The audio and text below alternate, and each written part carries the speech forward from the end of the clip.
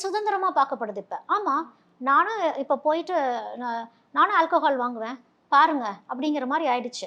Alcohol வாங்குறது எல்லாமே இப்போ சமநிலை ஆகிட்டே இருக்கு. எப்படி இருந்தாலும் அது ஆண் ஆண் ஆல்கஹால் எடுத்துக்கிட்டாலும் சரி, பெண் ஆல்கஹால் எடுத்துக்கிட்டாலும் சரி, அது 2 பேத்துக்குமே உடலை பாதிக்க போகிற ஒரு விஷயம் தான். இது சுதந்திரத்துக்கும் அதுக்கும் எந்த சம்மந்தமும் கிடையாது.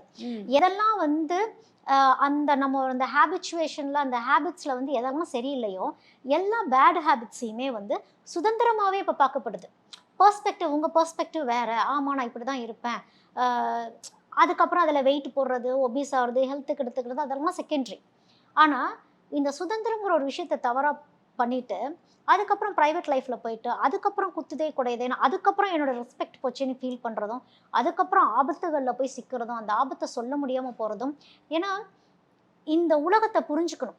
நம்ம யாரோடய பழகுறோம். இப்ப யாராவது ஒரு ஆணோடய பழகுறாங்க அப்படின்னா, அவனுடைய சரவுண்டிங்ஸ் என்னங்கிறத தெரிஞ்சுக்கணும்.